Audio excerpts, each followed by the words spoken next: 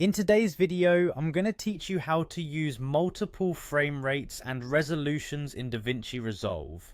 This guide is designed to take you through the crucial steps of adjusting your timeline settings, a key aspect of crafting dazzling video projects.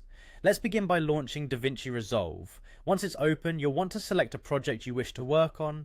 Take a moment to either create a new project or select an existing one from your project library.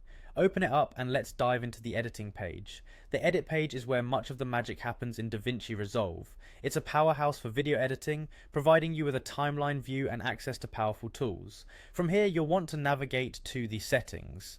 In Davinci Resolve, settings can be thought of as the control room for your project, where you set crucial parameters for both video and audio.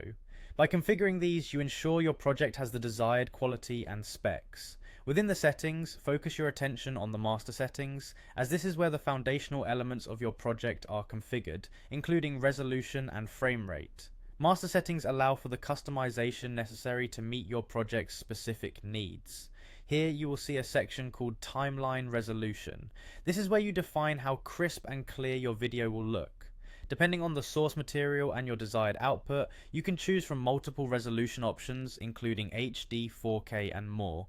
A higher resolution results in a clearer image but can also demand more from your hardware, so it's vital to choose wisely according to your project's needs and your system's capabilities. Now it's time to move on to timeline frame rate. This is a critical setting as it governs how smooth your video playback will appear.